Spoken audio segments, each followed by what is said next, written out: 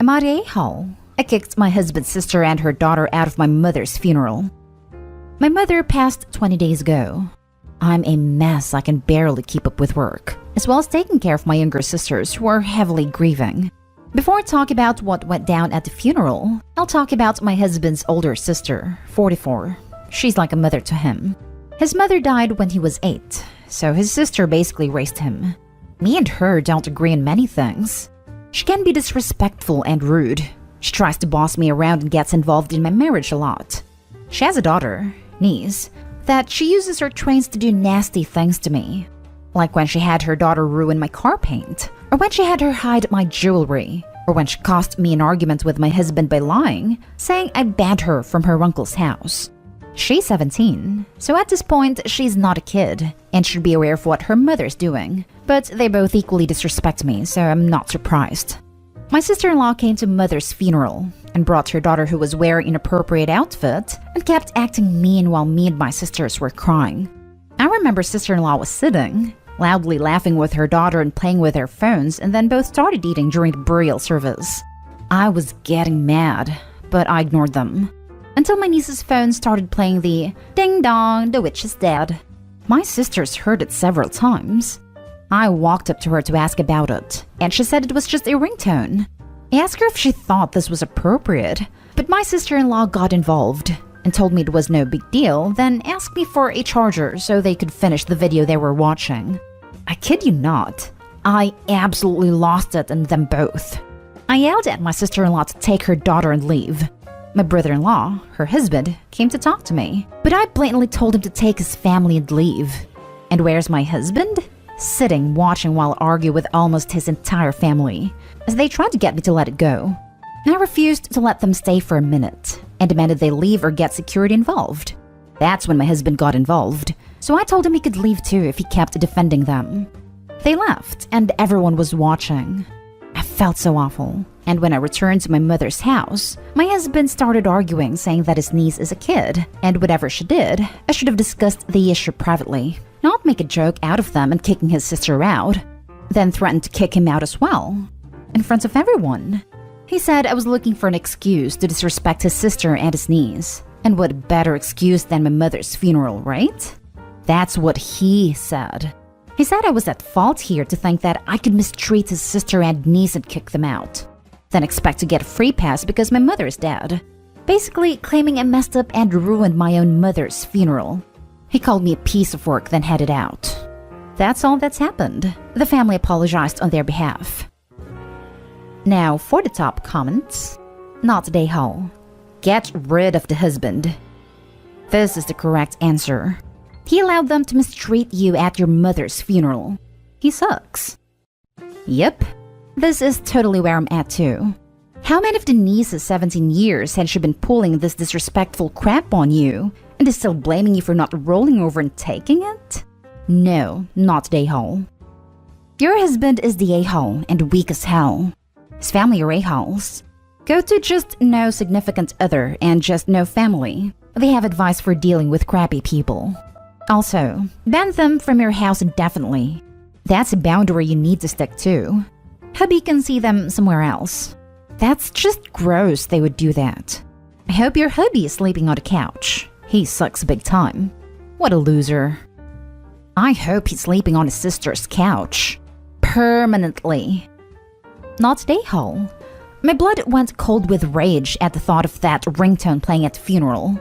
I'm so incredibly sorry for the loss of your mother, and your husband's nightmare of a family ruining it. Thankfully, your mother's love and legacy will continue to live on untarnished in her children. But it may be time to kick husband to the curb. This. Hate to add to Opie's loss and mourning, but time to add hubby to the list of lost ones. Now for the next story. Am I the a-hole for not opening up my home for my friend? I, 30 female, met Cassie, 30 female, fake name, when I was 7 years old and we became thick friends soon.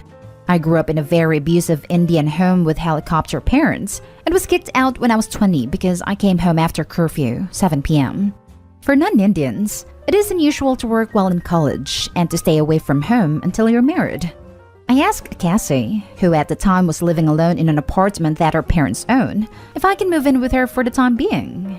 And she said, "Sorry, no, I want to experience living alone."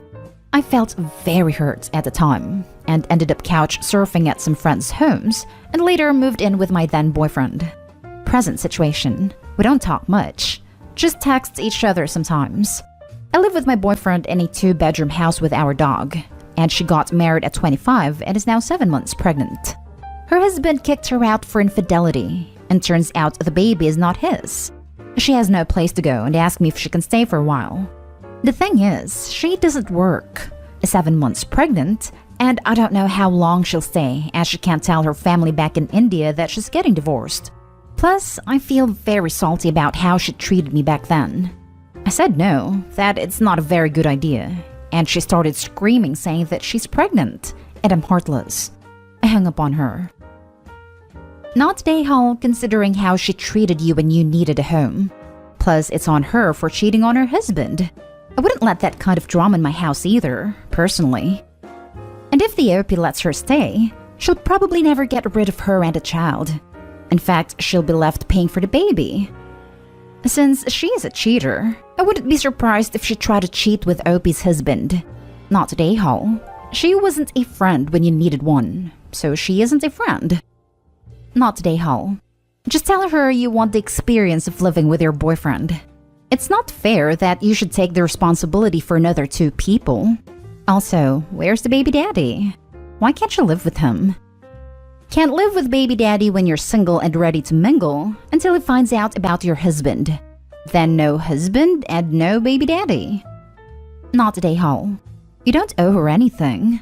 It was your friend who made life-changing and irresponsible decisions that caused her life to spiral. Take care of yourself and your loved ones.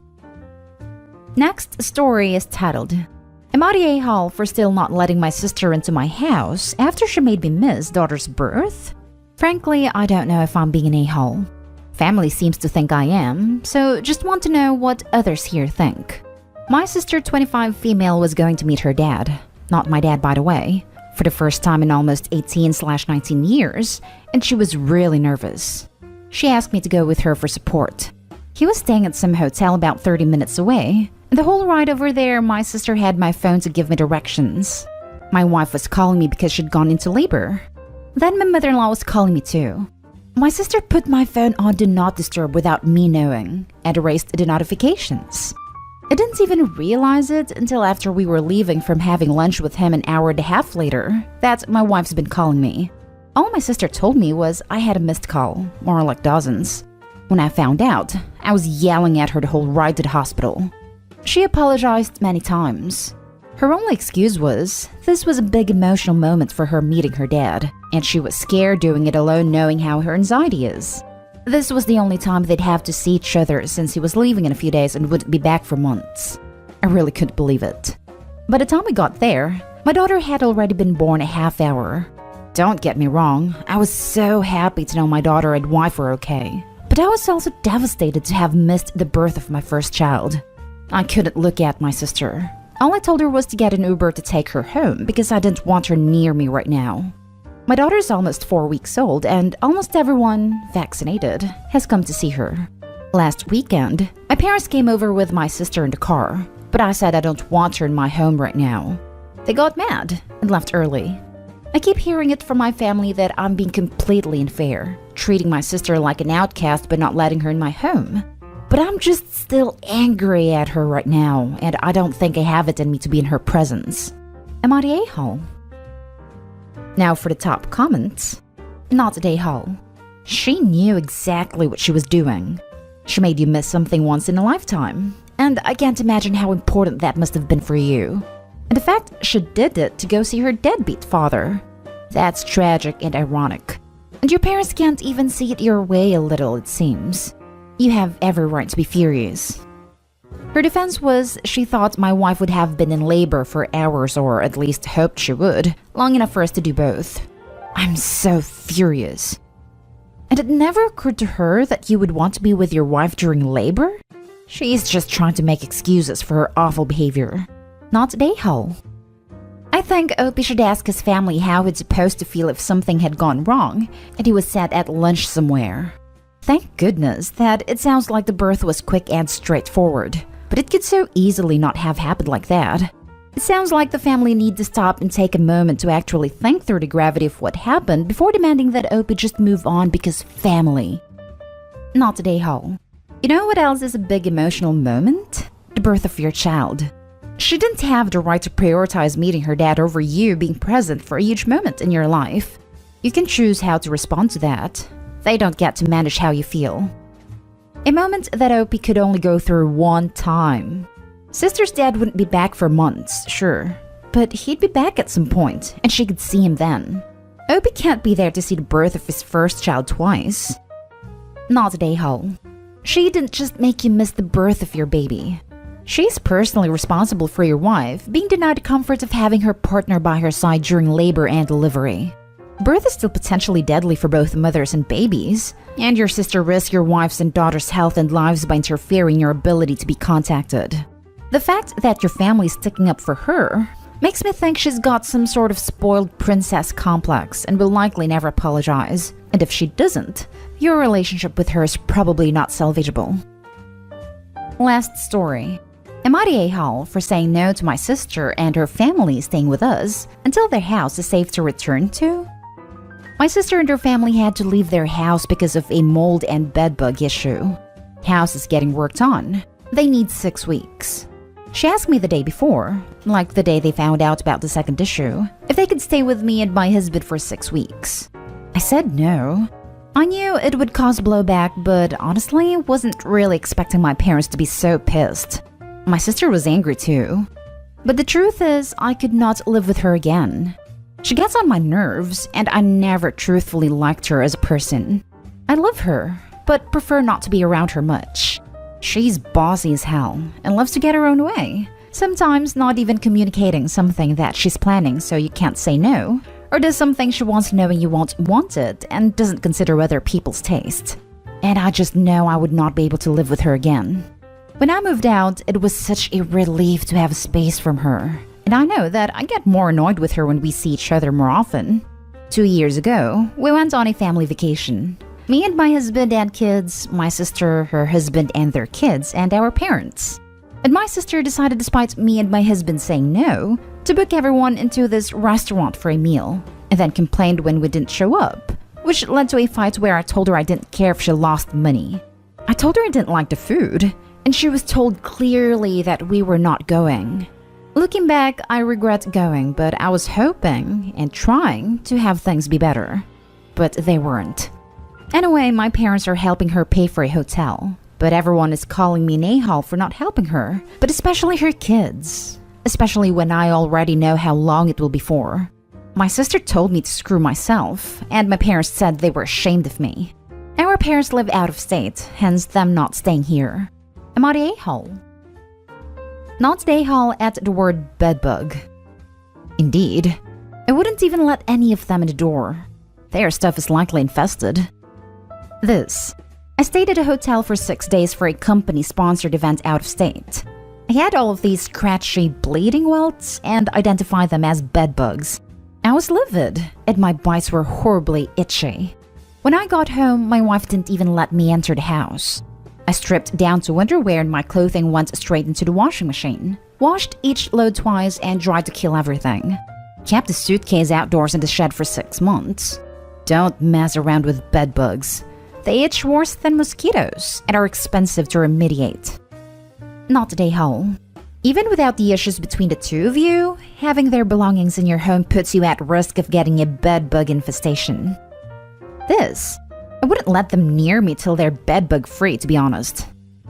And tell your sister that she can bring her bedbugs and mold spores to a hotel, instead of bringing them to your house where they can start a fresh infestation. That, combined with a hostile relationship, is guaranteed to have you regretting this on the first day, and as you pay for pest control and mold remediation after they leave. Additionally, if there is such a problem with their house that requires them to be out for 6 weeks, what is their homeowner's insurance doing about this? My insurance will temporarily house me in a short-term rental in such an event. Why do they need to come stay with you? Don't set yourself on fire to keep your sister warm. Not today, Ho. Not today, Ho. Sounds like bedbugs and mold weren't the only toxic pests in that house. If your parents love her so much, they can house her in their state. The fact that they've decided to put her up in a hotel instead says it all. Not really. They live in another state, so can't let them stay. Her husband would be away from his job, the kids away from their school.